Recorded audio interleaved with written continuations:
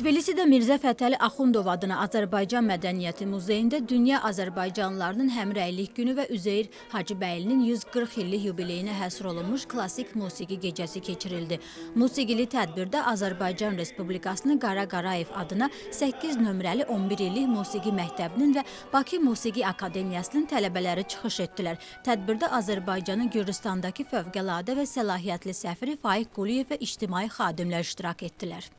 Bugün Mirzə Fətəli Axundov adına Azərbaycan Mədəniyyəti Muzeyində Dünya Azərbaycanlıların Həmrəylik günü konserti təşkil olundu və bu konsertin də təşkilatçısı, yəni Axundov Muzeyi dəstəkçisi isə Azərbaycan Gürcüstandakı səfirliyi oldu və bu konsertdə Azərbaycandan dəvət olunan musiqiçilər, əməkdar artist Nərgiz Əliyeva da iştirak etdi və bizim üçün çox böyük belə deyək, sevincdir. Hər zaman Azərbaycandan gələndə, Azərbaycan musiqisini səsləndirəndə Axundov Muzeyində bu bir gözəl bir şeydir.